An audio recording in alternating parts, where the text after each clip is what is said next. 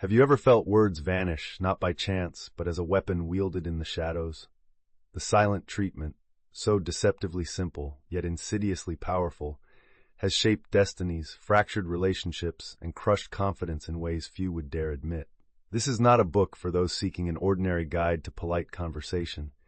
It is an unmasking of absence as a calculated psychological tactic, a deep exploration into silence when it becomes a tool of control. Step forward if you're ready to unravel secrets that linger just outside the reach of sound and transform vulnerability into your greatest strength.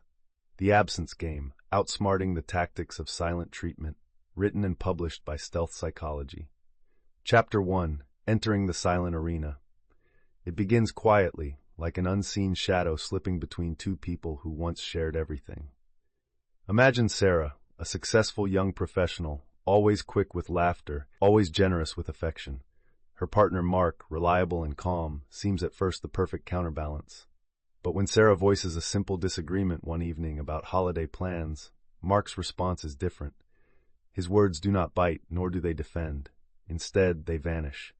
Mark withdraws, not in apparent anger, but in absolute, deliberate quiet.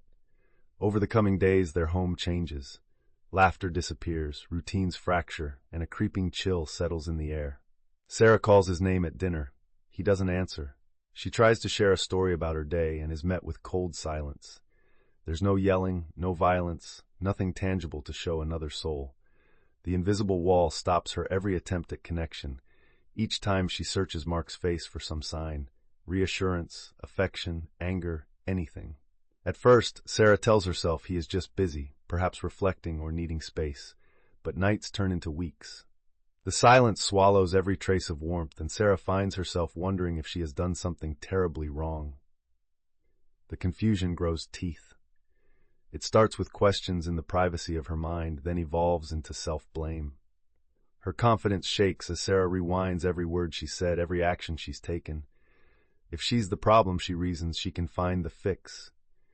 Yet every attempt at reconciliation is met with emptiness. Mark controls the rhythm of their interaction by controlling the presence of sound. He makes her feel as though only his forgiveness or attention can return them to normal. The cost will be her submission, her apology, her changed behavior. Mark's silence is not just a lack of words. It is calculated punishment, a subtle whip lashed with discretion and plausible deniability. No outsider would suspect an outwardly calm face could mask such effective cruelty. The ultimate goal, though unspoken, reveals itself in the vacuum of Sarah's loneliness. Mark isn't merely withdrawing, he's wielding her need for connection against her. He doesn't have to threaten or shout to bend her will. Every ignored message and empty glance is a lesson in compliance. He holds out the promise of reconciliation, but only if Sarah surrenders her complaint and accepts his unspoken terms. In this arena, psychological manipulation wears the mask of indifference, but underneath thrives a hunger for emotional control. Maybe Mark seeks power, or the protection of his image, or simply the thrill of dominating another person's reality. Sometimes the motive is financial, ensuring Sarah is too shaken to oppose him about spending or budgeting. Sometimes it is to isolate her, sowing doubt so she withdraws from friends and family, turning only toward him for validation. The machinery of this manipulation is so subtle, so expertly camouflaged, that victims rarely understand what has happened before the damage is done. The absence of words becomes a force as real as any blow, the echoing silence immobilizing, eroding, and finally corrupting the heart's natural instincts. Most will never understand the depth of the trap until the spark of resistance has all but flickered out. Only then, within the cold hush of the silent arena, do they see just how expertly the game has been played. The impact of such silent psychological warfare reaches further than most imagine, sending tremors through every level of a person's life. The emotional consequences weigh heavily on the victim, chipping away at certainty and emotional equilibrium. When the air is thick with anticipation and confusion, victims become desperate to regain a sense of normalcy, even if that means shrinking themselves to fit the silent manipulator's shape. Each unanswered question leaves behind a growing anxiety. Each withheld glance intensifies the ache for approval. In this atmosphere, even the most composed individuals begin second-guessing their every move, as their emotional world narrows into a constant state of hypervigilance, always scanning the silence for a trace of meaning or hope. Decision-making, once a confident act, becomes hobbled by the invisible threat of more isolation. The mind loops back to failed attempts at reconnection, urging the victim to change, appease, or avoid conflict at any cost lest the absence drags on. Over time, chronic exposure to the silent treatment can flip autonomy into learned compliance. Studies on psychological abuse have repeatedly shown that prolonged exposure to social exclusion or ostracism leads to lowered perceived control, harming not only immediate decisions but also broader life choices. It is not uncommon for victims to opt for decisions they don't truly want, simply to avoid the crushing ache of silence, all while their true self slowly drifts out of reach. Relationships, meanwhile, become high-stakes games played under a silent referee's gaze. In one documented case, Emma, an ambitious student, found herself unable to study or focus after her best friend applied the silent treatment over a petty disagreement. Emma's entire world began to orbit this fracture. She stopped attending social outings, missed important deadlines, and ultimately isolated herself, believing her worth was measured only by the silent arbiter's approval. This pattern sadly repeats itself in friendships, familial bonds, and the workplace. The cost is deep disconnection. Friends fall away, supportive voices go silent out of exasperation or confusion, and the victim's network slowly atrophies. With the manipulator as the orchestrator, the silence stitches itself into every relationship until loneliness becomes the only other companion. Perhaps most insidious is the long-term damage to self-esteem. Each cycle of silent punishment suggests to the victim their feelings are unwelcome or invalid. Victims internalize this message over time, and self-worth erodes, much like a stone battered by relentless tides. In a striking example from therapist records, a man subjected to years of calculated silence by his wife slowly abandoned his hobbies, stopped initiating conversations even with others, and developed a debilitating fear of conflict. The absence of positive feedback replaced by only frozen quiet meant that soon he stopped expecting warmth altogether, even from himself. Modern psychological research echoes this grim transformation. Repeated exclusion triggers the same brain centers involved in physical pain, often leaving scars just as lasting but far harder to see. Why do people submit themselves to this torture? The trap is cunning. Humans are wired for connection. Our need to belong is among our most primal drives. When that basic need is withheld unpredictably, the psychological distress can be so acute that even strong individuals bend under its weight, convinced the silence is a test of their love, loyalty, or worth. The manipulator's ultimate triumph is to make their victim complicit in their own isolation, to have them anxiously chasing crumbs of reconciliation rather than confronting the underlying power play. This game feeds on shadows, denial, and the hope that next time, maybe warmth will return. It is crucial, therefore, to shine a relentless light on these tactics and recognize them for the silent warfare they are.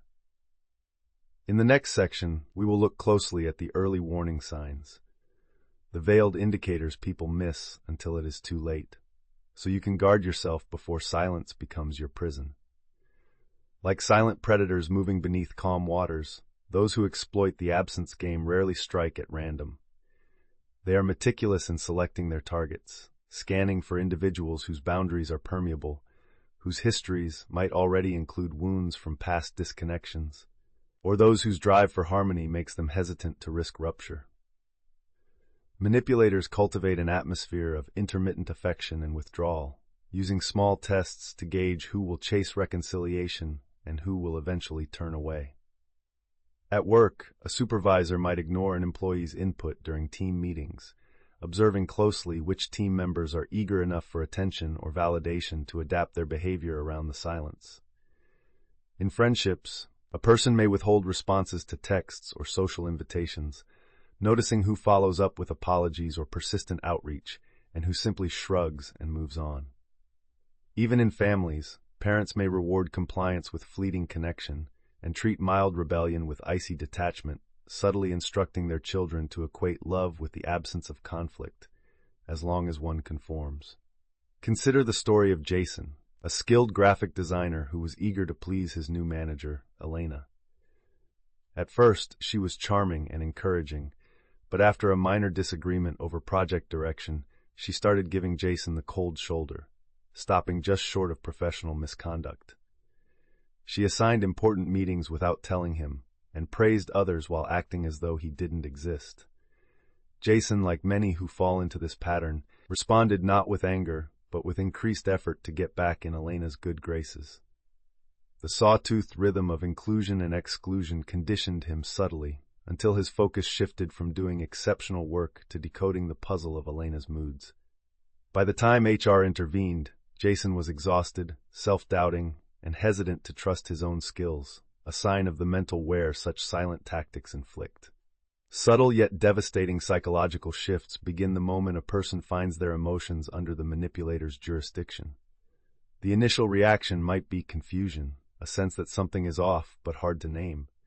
Soon, self-questioning and hyper-awareness set in. Every conversation, every interaction becomes an exercise in analysis. The target replays details, wondering if they missed a signal or made a critical mistake. This drain on cognitive and emotional resources leaves little energy for healthy assertiveness, and the past foundation of mutual respect erodes quietly. Some targets feel inexplicably guilty, desperate to restore the relationship at any cost, believing harmony can only be achieved through their submission. Others begin to absorb the uncertainty and learn to tiptoe around triggers, becoming less themselves with every day the silence stretches on. Patterns reveal themselves in retrospect, after months or even years, by which time the internalized narrative is deeply entrenched. Victims may notice that the only times they feel safe from silence are when they suppress their honest reactions or abandon their needs. As this cycle plays out across jobs, friendships, or romantic partnerships, the target comes to live in a world where silence rules, intimacy is conditional, and self-expression feels like a threat. It's not only the manipulator's absence, but the target's growing fear of abandonment that closes the cage. Recognizing the contours of these manipulative tactics is not just an intellectual exercise. It is the groundwork for resistance, a first urgent step toward reclaiming authenticity and strength. The next part will illuminate how the patterns escalate, deepening the traps and distorting the victim's sense of reality, showing precisely how silence turns from a weapon into the architect of a cycle not easily escaped. Chapter 2. Decoding the Hidden Message. The walls seemed to close in each time Mia entered her apartment. It was more than ordinary tension. There was a suffocating silence that rattled each heartbeat. Her partner, Lucas, once warm and alive with laughter, now lurked like a ghost behind a digital screen, replying to texts with chilling brevity and reducing daily conversations to a bleak minimum. Mia felt it in every tiny gesture, the way his eyes slid past hers, the silence after her questions, the deliberate delays in returning home. At first, she wondered if she'd imagined the shift, thinking maybe work stress or fatigue explained his withdrawal. So she made lunches, sent encouraging notes, tried to fill silence with smiles. The more she tried, the more apparent it became. Nothing was returned except avoidance. Like a cryptic puzzle, each silent evening demanded she search for invisible rules.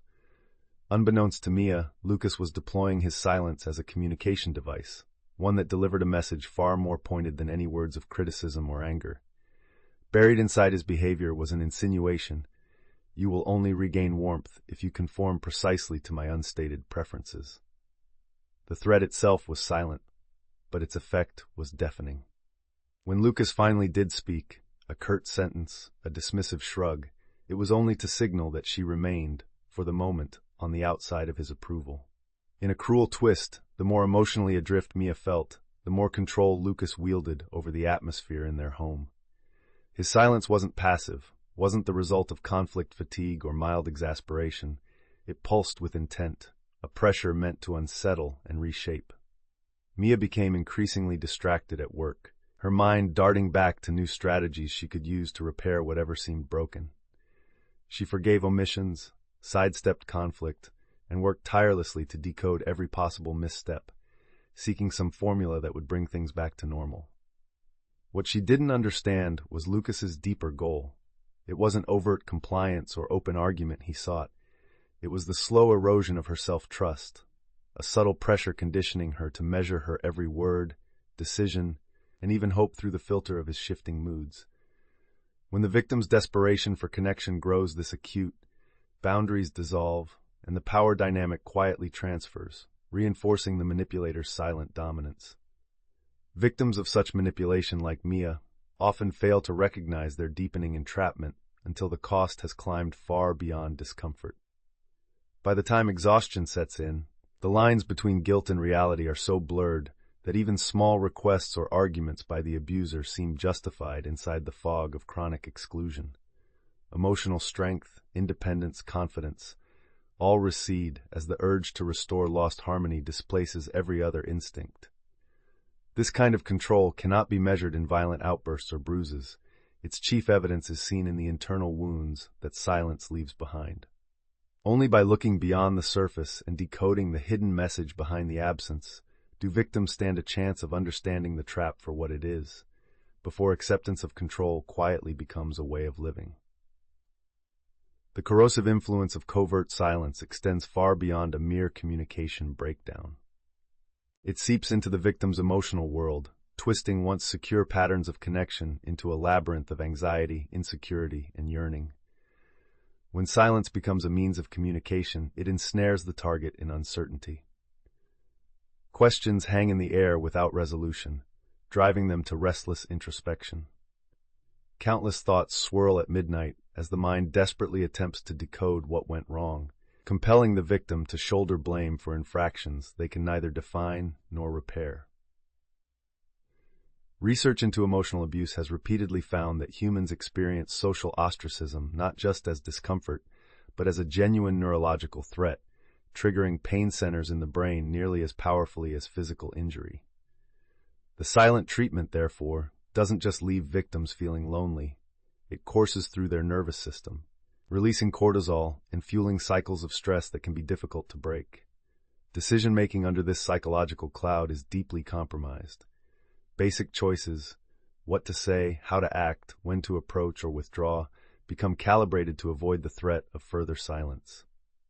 Victims like Mia find themselves walking ever narrower emotional tightropes, tailoring their own needs and behaviors so precisely to the unspoken demands of the manipulator that genuine self-expression all but disappears. In a widely cited case, a business leader named Greg became so conditioned by his business partner's cold withdrawals that over time he ceased making independent judgments, constantly deferring to what might keep things peaceful.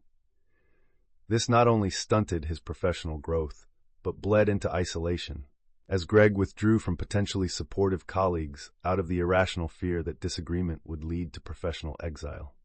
The manipulator's silence shapes the space in which decisions are made, rendering authentic autonomy a distant memory.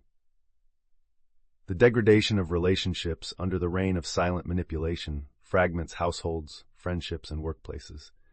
When communication is reduced to icy withdrawal, bonds fray one strand at a time. A telling study highlighted how children subjected to emotional distance or silent hostility from caregivers were far more likely to perceive themselves as unworthy and reluctant to seek intimacy later in life. For adults, the lesson taught is just as damaging.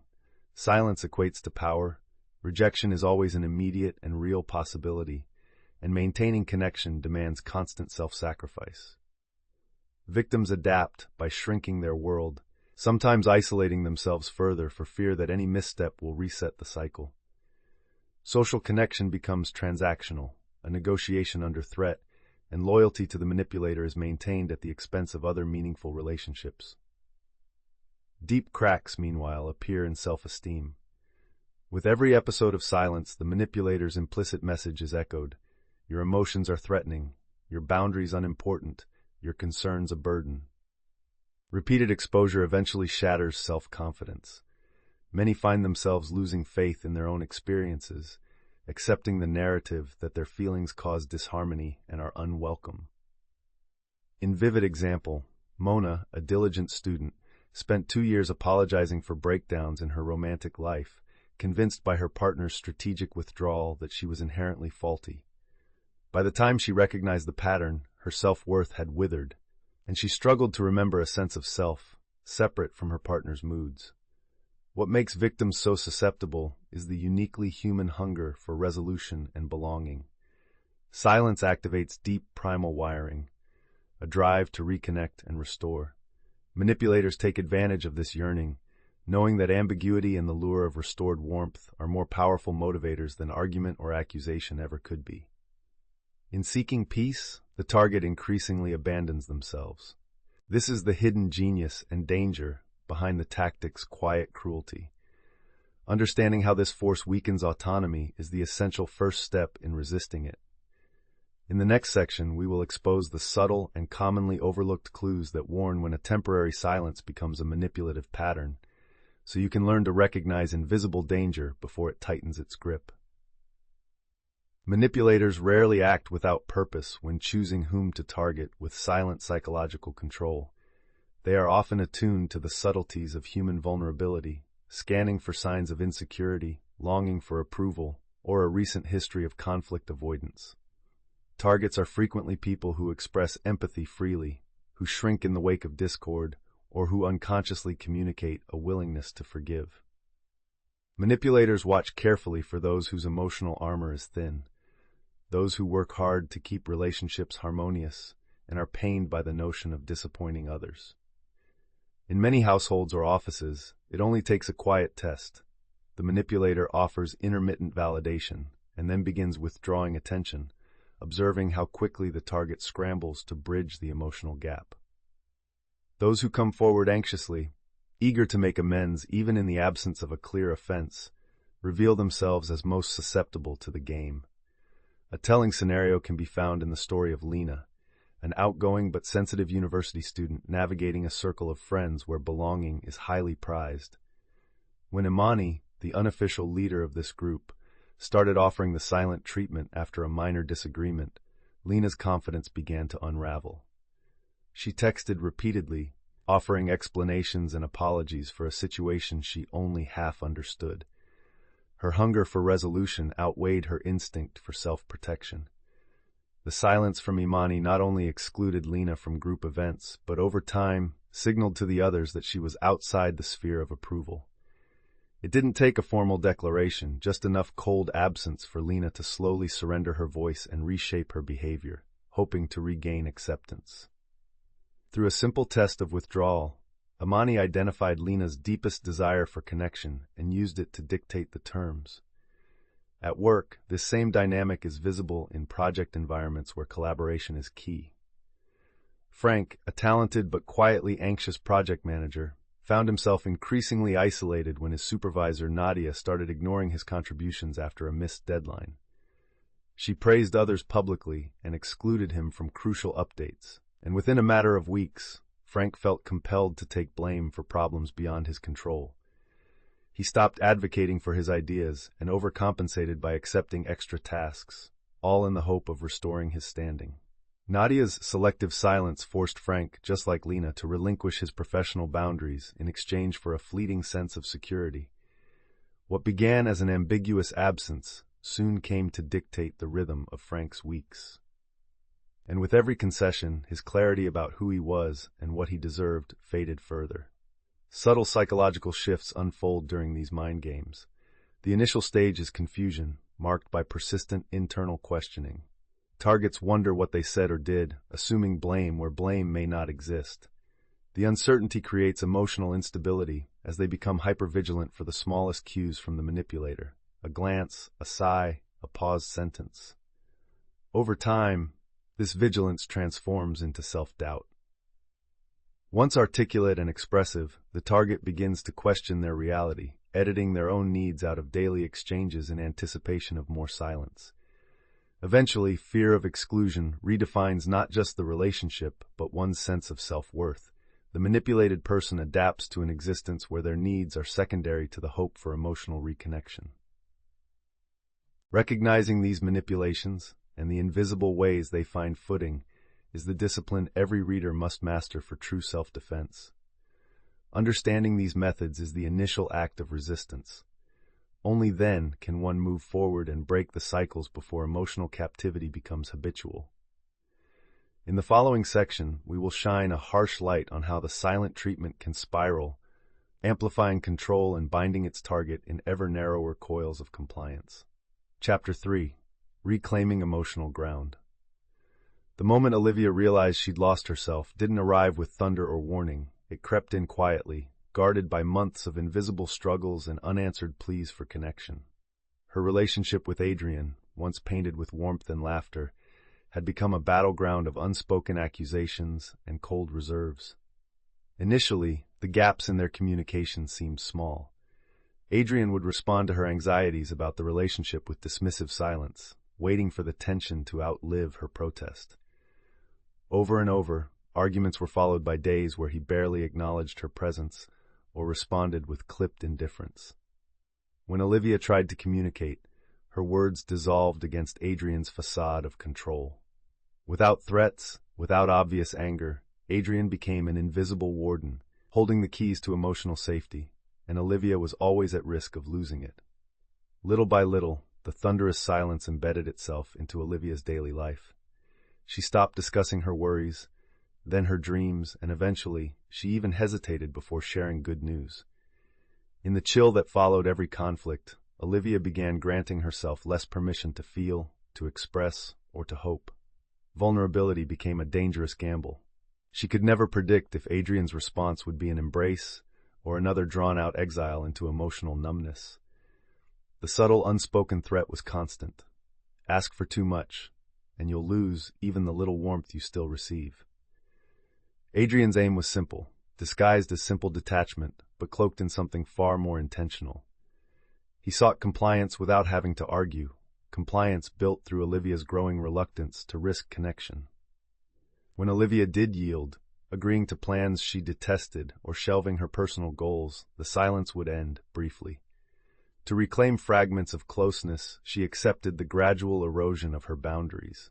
Unknown to Olivia, her emotional distance from herself was precisely the manipulator's goal. Through silence, Adrian's ultimate ambition was not just momentary compliance, but shaping a version of Olivia so attuned to his moods that her own needs faded into irrelevance. Sometimes Adrian's motive drifted toward complete emotional control. Other times, it was about protecting his ego or avoiding the risk of honest discourse. There were days when financial exploitation glimmered at the edges. Adrian wielded silence after disputes about budgeting or larger purchases, only breaking the freeze after Olivia's apologetic concessions. The underlying current remained, regardless of context. Adrian's quiet, measured withdrawal systematically taught Olivia to keep her fears in check and to anticipate his displeasure, to internalize his moods as the axis around which their world spun. By complying, Olivia inadvertently helped tighten the bonds that kept her subdued. That is the snare at the core of such manipulation. Victims often do not recognize the full span of their entrapment until they have relinquished parts of themselves for so long they can no longer recall the pleasure of being fully understood or freely expressive. What began as the desperate pursuit of peace had left Olivia longing for a tenuous approval, never certain when warmth or withdrawal would come, and too spent to risk another exile. The tragedy is subtle but profound, the gradual exchange of authenticity for conditional acceptance, carried out in the name of love or harmony. Olivia's story reveals what far too many endure, how dark silence can, if left unchecked, strip even the fiercest spirit of its native strength. The long shadow cast by Adrian's manipulative silence did not merely stifle Olivia's voice, it quietly dismantled her entire sense of self. On an emotional level, silence weaponized as punishment creates a landscape of bleak uncertainty. Over time, the perpetual anticipation of Adrian's withdrawal rewired Olivia's nervous system, producing a baseline of anxiety interwoven with moments of paralyzing self-doubt. The silence did not end at words withheld, it infected every feeling, prompting Olivia to censor her happiness, her sadness, even her affection, out of fear that any emotion might invoke punishment. Psychological research into patterns of exclusion supports this, demonstrating that the human brain reacts to social rejection with neural responses akin to those activated by physical pain. This is no metaphor. For victims like Olivia, each missed goodnight, each disregarded joy, stings through their entire being with an acuteness that the world too often underestimates. This emotional volatility bleeds into decision-making, shaping it in ways that feel invisible until they are entrenched. Choosing when, what, and how to communicate emerges as a daily chess game, governed not by logic or need, but by an obsessive desire to avoid conflict and future silence. Olivia, once decisive, found herself double-guessing her smallest actions, wondering which step might preserve peace and which would condemn her to another sentence of lonely silence. In one prominent study, people subjected to repeated silent treatment reported compromised executive functioning and a diminished ability to make complex decisions, a psychological retreat, their minds exhausted from chronic hypervigilance. For many, this erodes not only their agency in relationships, but their confidence in choices at work, among friends, and in all spheres of independence. Relationships twist and deform beneath the strain of manipulative silence, their foundations hollowed out by invisible but persistent erosion. Companionship becomes transactional. Support is offered or withheld, dependent on a set of unvoiced conditions. Olivia, for instance, became increasingly isolated, afraid to share the real story with friends out of misplaced loyalty to Adrian or shame over her own growing emotional fragility. These hidden fractures often widen in families subjected to similar tactics. Children learn to tiptoe around parents who punish with silence. Friends drift away from those who have become unrecognizable in the bid to keep someone's moods placated. In the workplace, the same tactics can breed cultures of deference and silence, where innovation and honesty wither. Relationships meant to nurture instead become battlegrounds laced with tension. At its core, this silent domination carves deep wounds into self-esteem. Long-term studies confirm there is little as corrosive to self-worth as persistent, strategic withdrawal.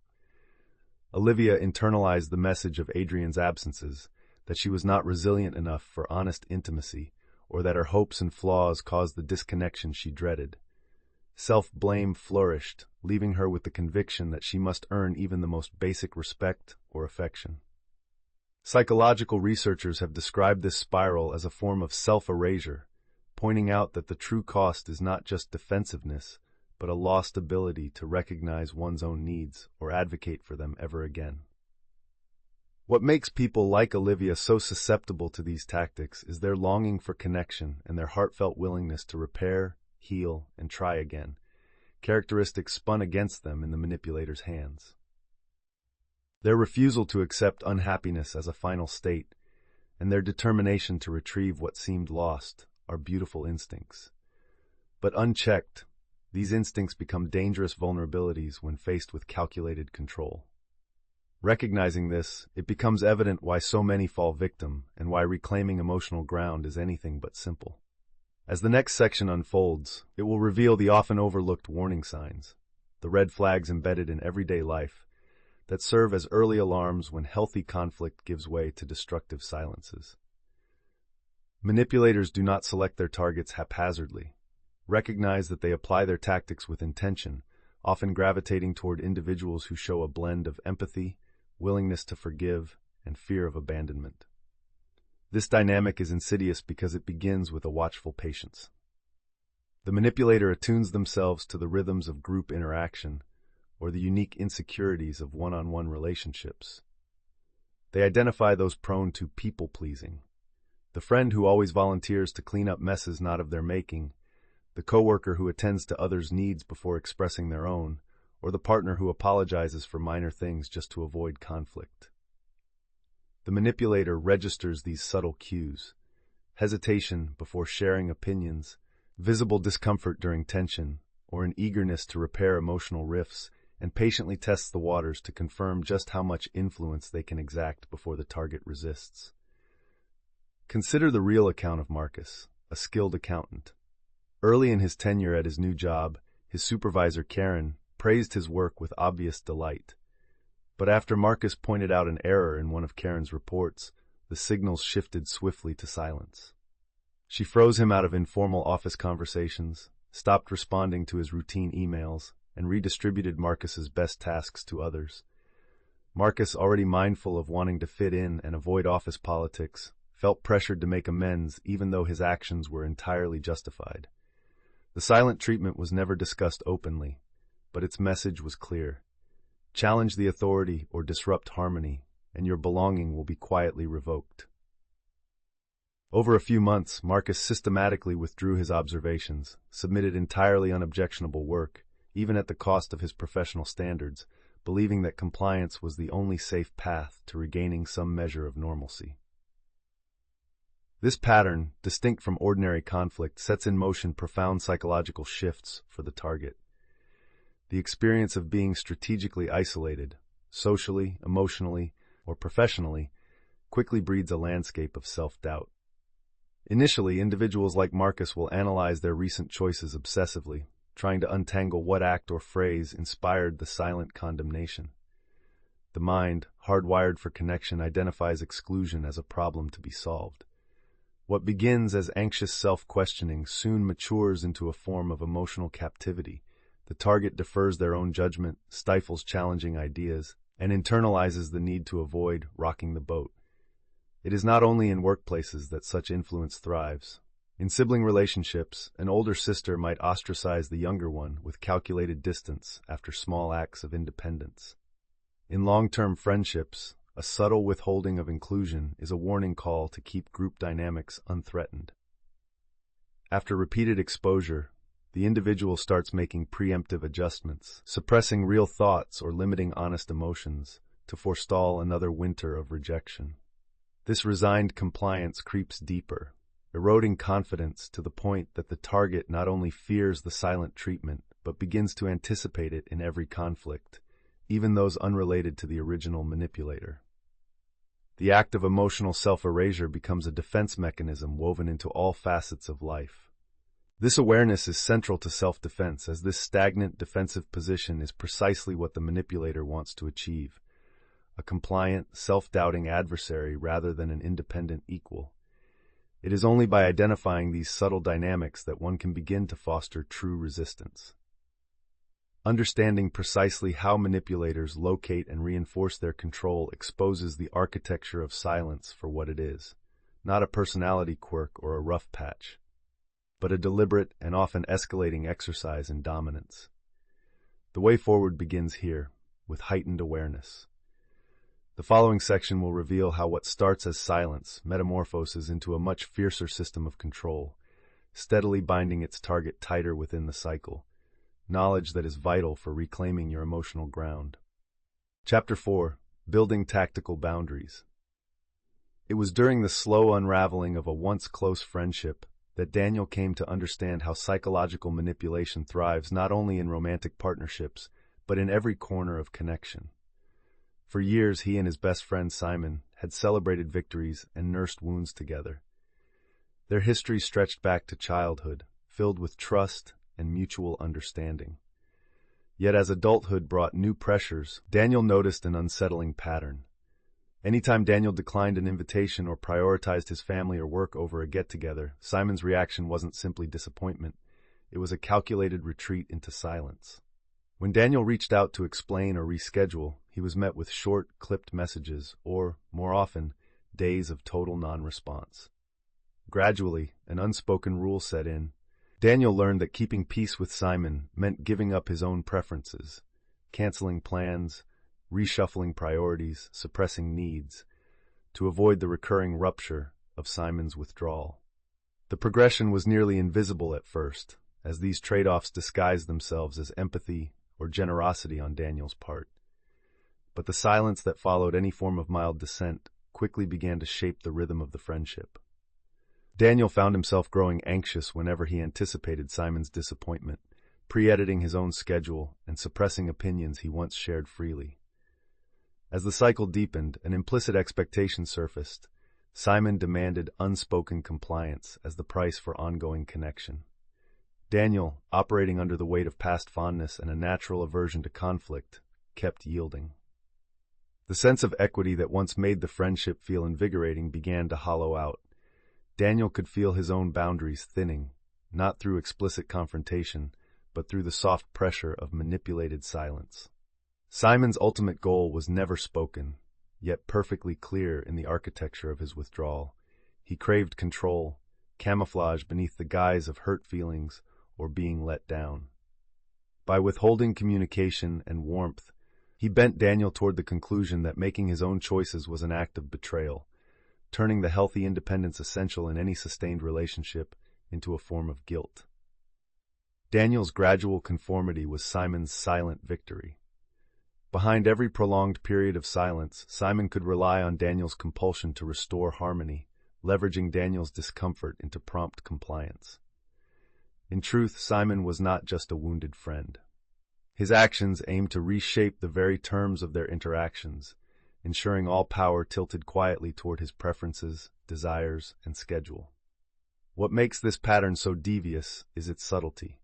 Daniel failed to recognize that he was being manipulated not merely because the tactics were hidden, but because the gradual erosion of boundaries felt, for a long time, simply like compromise or care.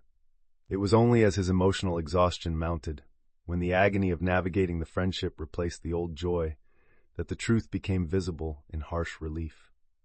By then, significant parts of Daniel's life and identity had already been rebent in service of Simon's demands. This slow entrapment is the invisible snare sown by manipulators. One thread at a time, they unravel your boundaries until saying yes to yourself feels like betrayal, and saying yes to them feels like your only escape. The continuous, calculated erosion of Daniel's boundaries by Simon's silent tactics did more than unsettle the dynamics of their friendship. It took an insidious toll on Daniel's inner life. Emotionally, Daniel began living in a state of heightened apprehension, anticipating conflict not with spoken words, but with the cold presence of Simon's absences. Whereas friendships should offer refuge and affirmation, Daniel now found himself walking on eggshells, caught perpetually between the fear of upsetting Simon and the longing to salvage what they once had. Each silent episode made Daniel question if his own needs were excessive, if his simple acts of independence could genuinely justify such retribution. Psychologists have shown that ongoing exposure to strategic withdrawal from loved ones activates the fight or flight response, flooding the body and mind with stress hormones. Over time, this quiet flood can destabilize even the steadiest emotional core, dulling resilience and perspective, breeding a constant low-grade anxiety rather than the warmth and security relationships are meant to provide. The slow, invisible grind on Daniel's ability to make choices infiltrated even the most mundane parts of his life. For instance, the pressure to avoid another episode of Simon's silence grew so strong that Daniel would instinctively decline other opportunities, work events, family invitations, or chances to rest on his own terms. Instead of exploring or expanding his world, he began slicing away any piece that might incite Simon's withdrawal, shrinking his own options in the hope of preserving a brittle peace. Research into interpersonal boundaries continually affirms that without healthy separations, we lose our ability to make decisions rooted in self-knowledge, defaulting instead to an anxious calculus aimed at appeasement. Daniel constantly scanned the horizon for threat. One wrong decision, he believed, could upend his only source of emotional companionship. His internal compass became skewed, tethered not to his values or needs, but to the unpredictable orbit of Simon's reactions. Relationships twisted and dimmed under this strain. Daniel started withdrawing in small but significant ways from others he cared about, apologetic for canceling plans or seeming distracted. Friends noted the change in his energy. Where he once brought spark and generosity, he now seemed muted, always assessing whether his choices might eventually disappoint Simon. This self-isolation is a classic feature of manipulated relationships, a misplaced loyalty where the rhythm of connection with the abuser supersedes even broader networks of support. Case studies in therapy consistently show that those manipulated by silence often retract into smaller social circles, not realizing until much later how vast their isolation has become. Daniel, somewhere between exasperation and guilt, learned to police his emotions and expressions, convinced that even his internal life needed to bend to avoid further rupture. Deep within, Daniel's self-esteem slowly thinned by the weight of unspoken demands. The implicit lesson, that harmony depends on his self-sacrifice, rose up until it became a principle by which he measured his own worth. Studies in emotional manipulation's long-term impact reveal the same arc. Repeated exposure leads individuals to believe that their own boundaries are unimportant, or even selfish. Daniel was left adrift, plagued by uncertainty, gradually convinced that to claim his own space would be a violation, or worse, a betrayal. People fall into these traps not out of weakness, but because belonging is a core human instinct. Most of us are willing at first to accommodate loved ones and to forgive. We confuse acquiescence with maturity, or kindness with loyalty. Yet without awareness or tactical boundaries, this natural generosity becomes an invitation to sacrifice the very identity safeguarding our peace. Understanding this process is urgent if one wishes to prevent the subtle, powerful slide into emotional forfeiture. The next part will shine a light on the elusive but vital signs, hidden warnings most overlook, marking when healthy give-and-take turns into destructive, one-sided compliance, so you can learn to protect yourself before the damage calcifies. Those who specialize in undermining boundaries are rarely impulsive. Instead, they seek out certain traits, watching for those most likely to bend under pressure, often without making their compliance explicit. Manipulators look for signs. Individuals who apologize readily even in minor conflicts, who display discomfort if their needs cause inconvenience, who work overtime to maintain harmony at a cost to their own fulfillment. They test the waters with mild slights or small withdrawals, gauging how the target reacts.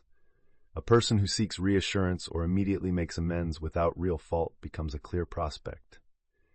This identification process, though rarely conscious or malicious in the cartoonish sense, is methodical, like a chess player studying the board before the first important move. In Daniel's case, Simon recognized how Daniel's loyalty and concern for others' feelings rendered him susceptible to guilt and self-doubt. For the manipulator, those with a natural generosity of spirit and an aversion to conflict present ideal opportunities to quietly override personal boundaries. This dynamic echoes in countless contexts. In one family, a mother consistently punishes her adult daughter's independent choices, moving out, changing jobs, dating new partners, with spells of cold silence. The daughter, deeply invested in keeping peace and craving her parents' approval, instinctively tries to repair the relationship at every turn, apologizing or even abandoning opportunities just to thaw her mother's demeanor. In an office environment, a senior team member might respond to a peer's disagreement by leaving collaborative channels unread, subtly signaling that speaking up comes with a cost. The group, seeing this frostbite of communication, learns to avoid challenging the status quo, and soon enough the silent authority of withdrawal becomes the dominant force. Such tactics thrive because the initial moves are so easily explained away or minimized. Only in hindsight does their repetitive weight crystallize into a pattern. The psychological shifts in targets are subtle but profound. At first, a sense of confusion reigns. Is this silence genuine hurt, justified disappointment, or something benign? The constant analysis teaches the target to monitor every minor infraction, rehearsing conversations endlessly in their mind to find where they might have stepped outside an invisible line. With time, this vigilance warps from occasional anxiety into a full-fledged filter through which all decisions must pass. The target autocorrects, smoothing out opinions, sacrificing priorities, and shrinking personal ambitions to avoid fresh isolation. What looks like empathy or reasonableness is in fact a retreating tide, ebbing selfhood with each new accommodation. The world grows small and reactive. Choices center on keeping equilibrium, not expressing identity. Eventually, internal alarm bells dull into resignation. The target may begin excusing the manipulator's behavior as just their way, or feeling they must be uniquely demanding to keep provoking such withdrawal. This self-blame makes resistance feel not only daunting but unkind, as though firm boundaries would do unjust harm to a fragile relationship. By this stage, the manipulator does not need to issue explicit threats. The fear of another chilling silence is enough to condition complete compliance. Studies into emotional reinforcement cycles reveal that withdrawal used this way acts as a powerful negative motivator, reshaping behavior more persistently than anger or overt confrontation. The manipulator reaps control simply by teaching the target to do the work themselves, policing their boundaries, softening their voice, disabling protest or hope. Recognizing these psychological maneuvers for what they are is foundational to any real defense. This analytical understanding is not meant to incite suspicion toward every lull or boundary negotiation, but rather to help you clearly identify when natural compromise is replaced by chronic, one-sided submission. Becoming attuned to these quiet invasions is the first true act of self-protection. Equipped with this clarity, readers will be ready to encounter the next level, how silent tactics escalate and trap victims even more tightly in cycles where authentic boundaries feel simultaneously threatening and impossible to restore. Chapter 5. Turning Silence into Strength. When Maya walked into her apartment after another suffocating day, the silence greeted her like a presence, a weight she could not escape. Her partner, Aaron, wasn't absent in body, but his gaze and his words vanished into the space between them. Conflicts in their relationship, however minor, always ended this way. Aaron responded to any challenge or disappointment, not with a storm of anger, but by closing himself off, shutting the door to conversation, affection, and most painfully, acceptance.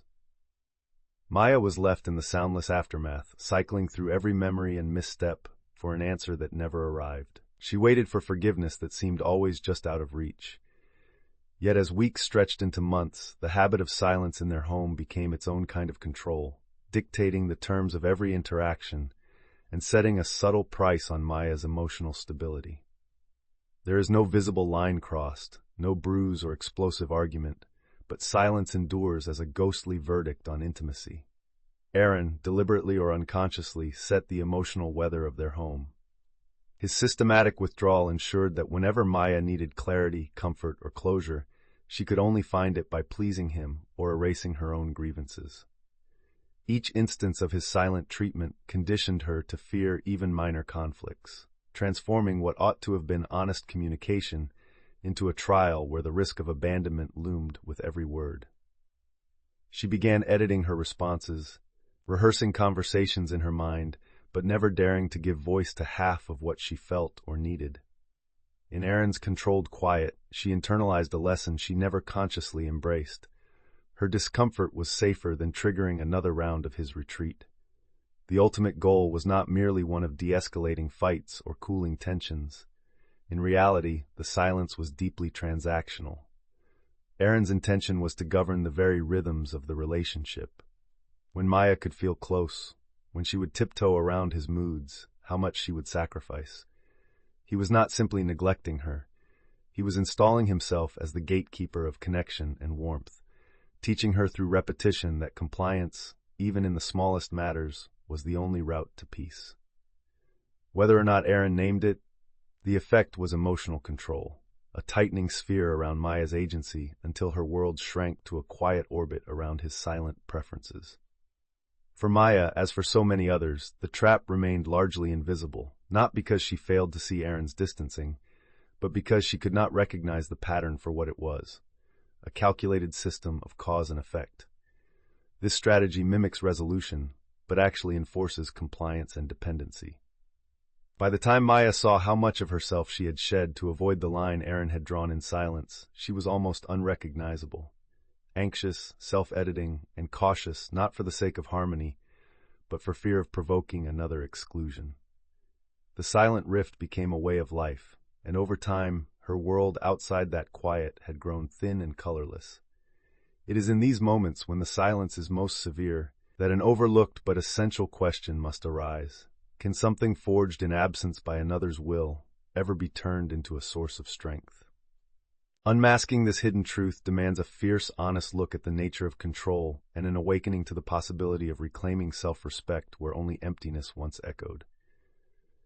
The enduring grip of silent treatment, wielded by Aaron against Maya, affected far more than her moment-to-moment happiness. It patterned itself into her very instincts and identity. To outsiders, silence may appear as a blank canvas, a temporary lull, or a coping mechanism for the overwhelmed. But in truth, silence deployed as punishment delivers a relentless lesson of self-erasure. For Maya, this social void instilled first uncertainty, then wider-reaching emotional fatigue.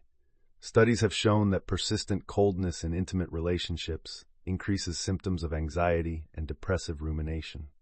What Maya experienced emotionally was an internal war, a friction between her innate urge for closeness and the ever-present expectation that she would be denied it at any moment.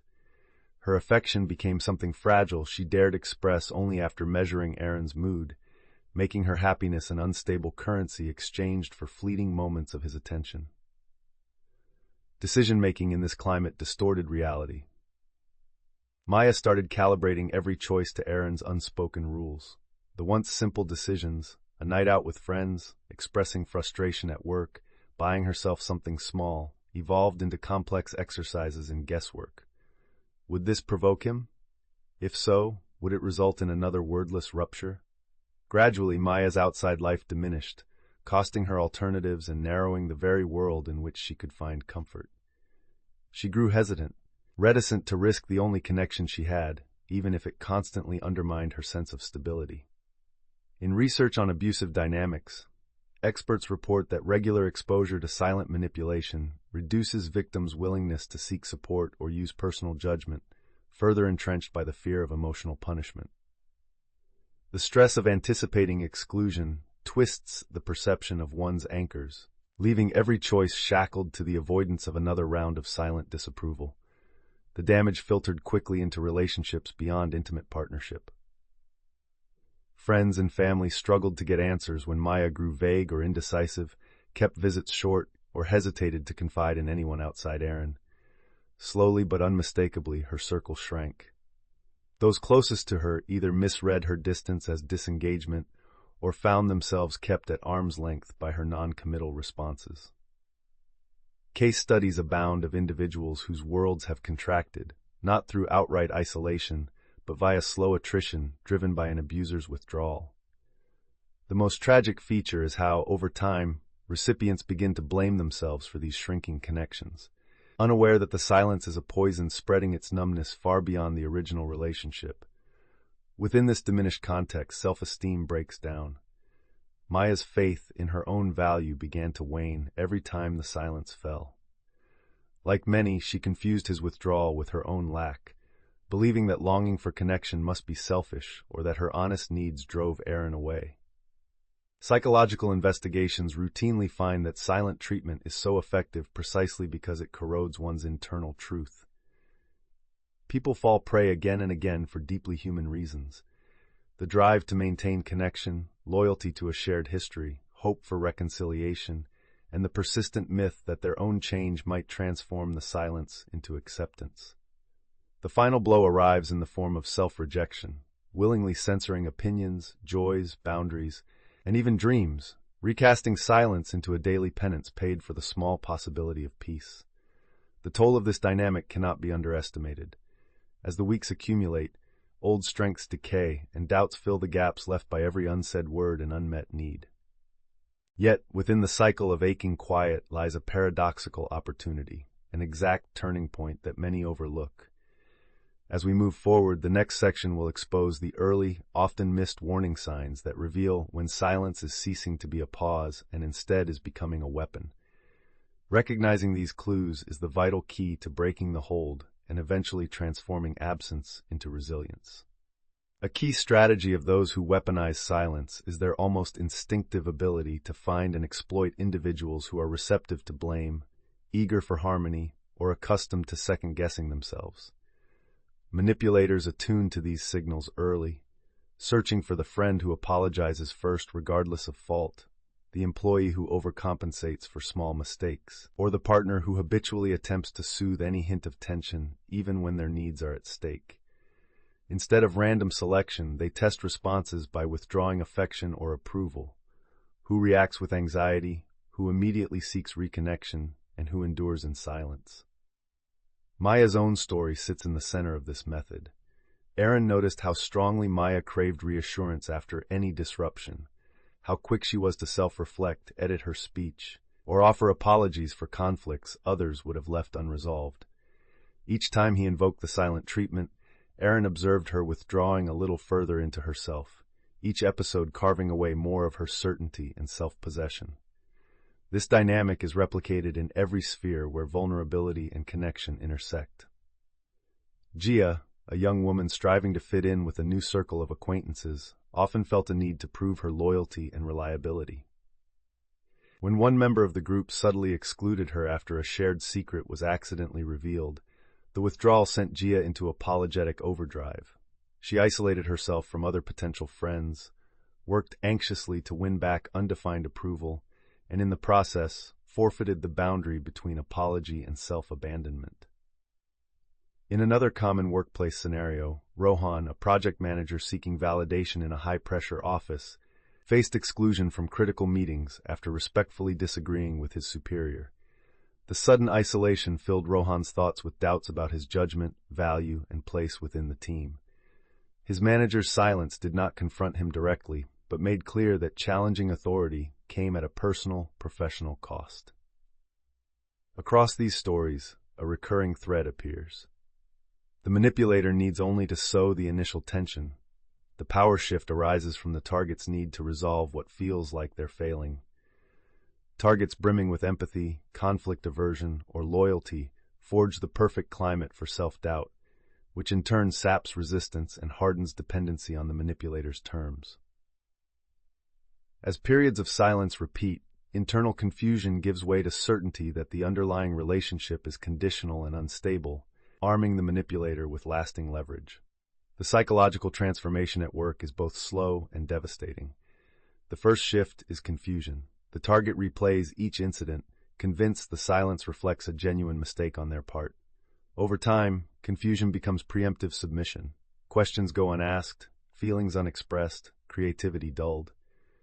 Decisions start to hinge not on desire or logic, but on anticipation of the next silent verdict. As weeks pass, relationships mutate from shared experiences into lopsided contracts where needs are bartered for acceptance. Social withdrawal, professional stagnation, even chronic health problems may set in, brought on by the constant stress of being on psychological alert. Appreciating these mechanisms is not just an intellectual exercise, it is the first and most necessary act of self-protection. Understanding how silent manipulators prime and select their targets creates space for meaningful resistance. Only when we learn to map these patterns in our own lives can we reclaim control and begin rewriting the script. The next part will reveal how these strategies, unchecked, spiral into bigger cycles of domination, an escalation that requires not only attention, but decisive boundaries and vigilance. Chapter 6. Mastering the Absence Game. At first glance, the atmosphere in Leo's family appeared stable, even ordinary. Meals were shared, pleasantries exchanged, and routines upheld. Yet underneath this surface calm, a darker game took shape. A contest of control where silence was wielded not as relief, but as a razor-sharp boundary marker. Leo's older brother, Matt, was the architect of this sphere of absence. Whenever Leo dared express a dissenting opinion during a family decision or spoke with confidence about his own ambitions, Matt retreated into a chilling distance.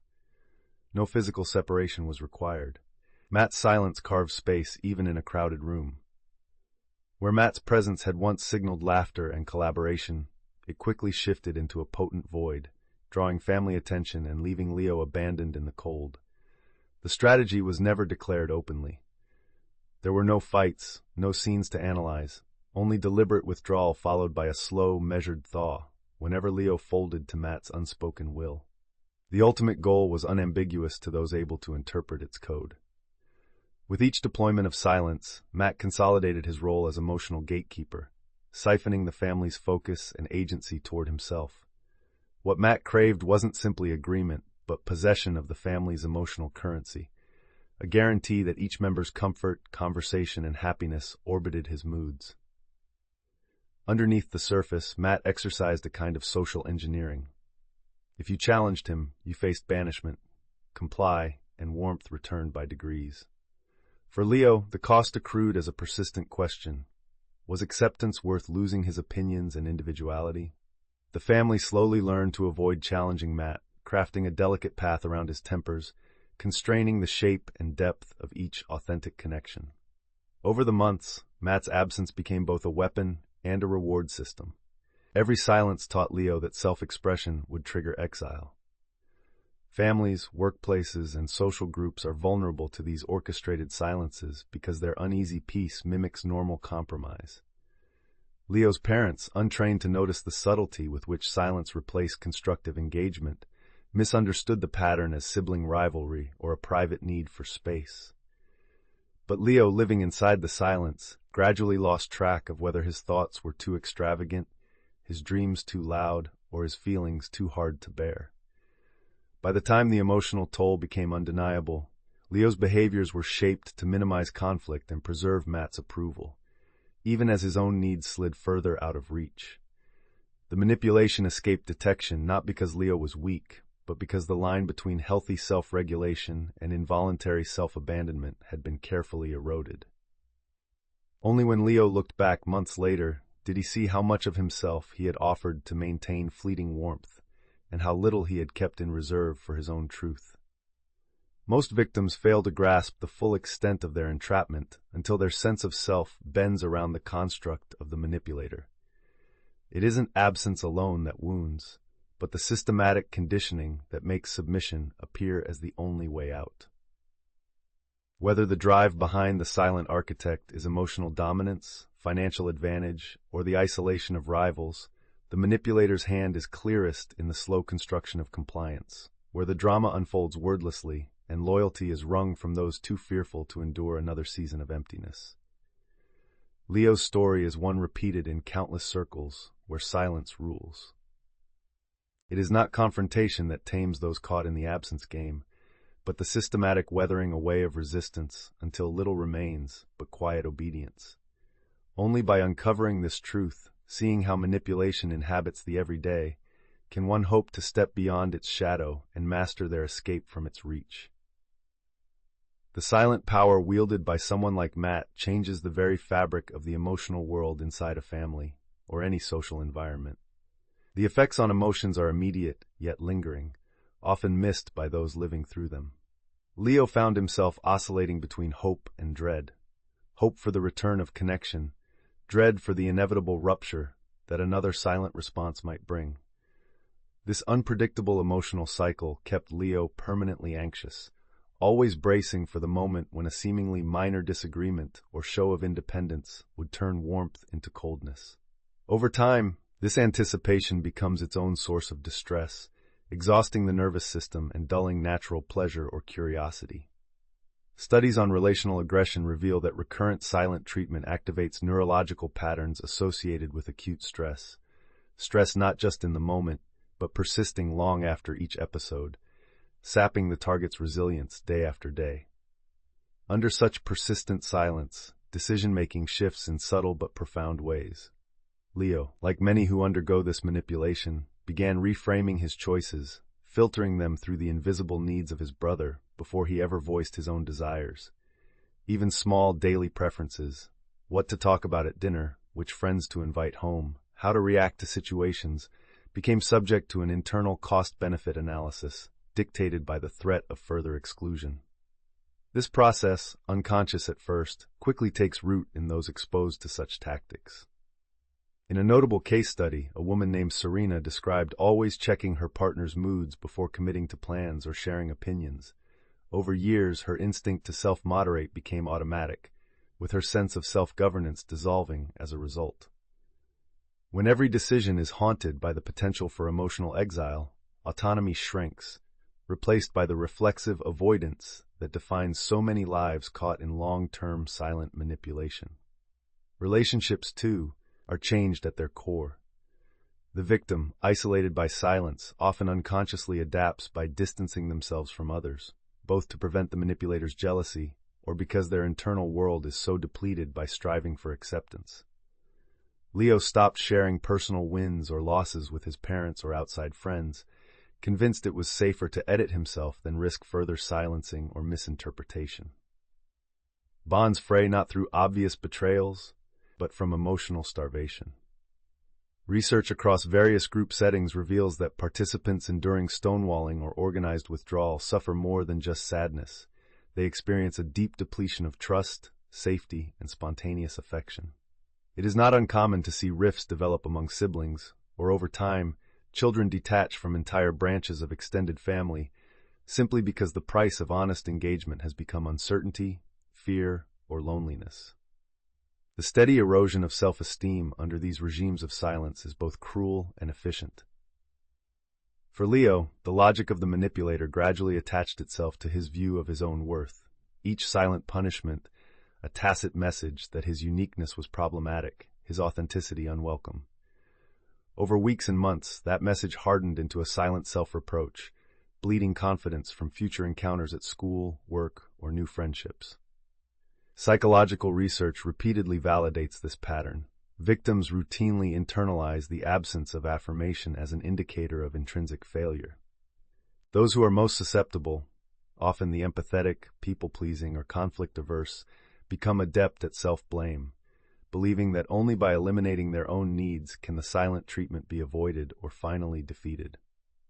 So why do so many people find themselves ensnared in these patterns, incapable of seeing or escaping the cycle until their sense of self is far diminished? It is a convergence of instinct and manipulation. Humans are born needing connection, and chronic silence distorts the instinct for belonging into self-punishing submission. Manipulators play on natural empathy, the desire to heal rifts and ease distress, until even resilience becomes a tool turned inward, never quite enough. Understanding the sheer scale of these effects is the foundation for urgent change. In the coming section, we will identify the often overlooked signals that mark the transition from ordinary silence to perilous manipulation, so readers may begin reclaiming autonomy and building a defense before the cycle deepens further. Manipulators who master the absence game demonstrate a remarkable sensitivity to the emotional undercurrents around them. They direct almost surgical attention toward those whose boundaries can be shaped and whose responses to exclusion foreshadow compliance. Unlike overt aggressors, these individuals use silence as an exploratory probe, seeking out subtle cues about who is quick to self-blame, eager to fix things, or displays an anxious desire to maintain peace. They test different forms of withdrawal, watching carefully. Does the target reach out frantically to repair the connection? Do they withdraw in shame, volunteering apologies for imagined slights?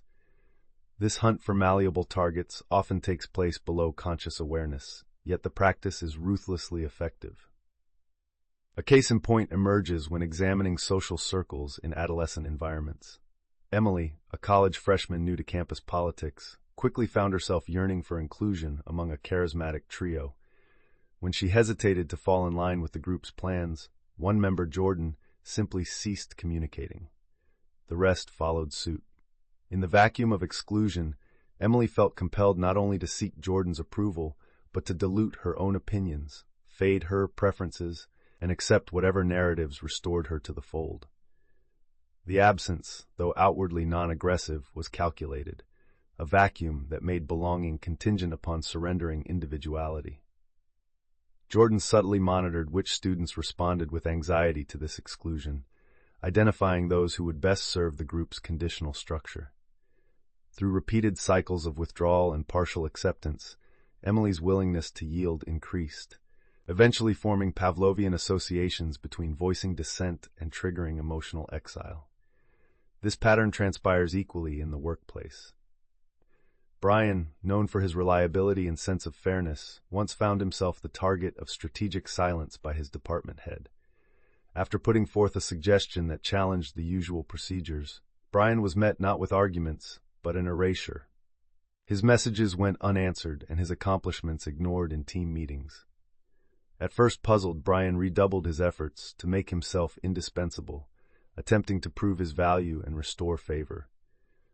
Over time, his creative risks diminished, replaced by careful routine that never upset the delicate balance of the team.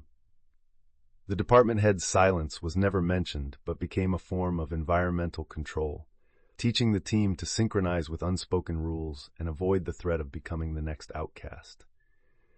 In professional settings, as in personal lives, such tacit boundaries often prove stronger than any formal structure. The psychological shifts arising from these tactics are layered and cumulative. Initially, targets like Emily and Brian sense mild discomfort, an uncanny awareness that affection or recognition is suddenly conditional. This unknown variable breeds anxiety, which targets strive to relieve by ever more vigorous self-correction. At first, they question, what could I have done differently? Then, as silence is consistently deployed, this questioning seeps into a deeper conviction. If I want harmony, I must adapt. The pressure to avoid exclusion reshapes priorities, drains spontaneity, and installs the manipulator's preferences as a silent North Star for daily conduct. Over time, this goes beyond behavior. Targets internalize the suppressed voice so thoroughly that their self-concept contorts around the conditional nature of their perceived value. As you have discovered throughout this book, the silent treatment is more than the absence of words.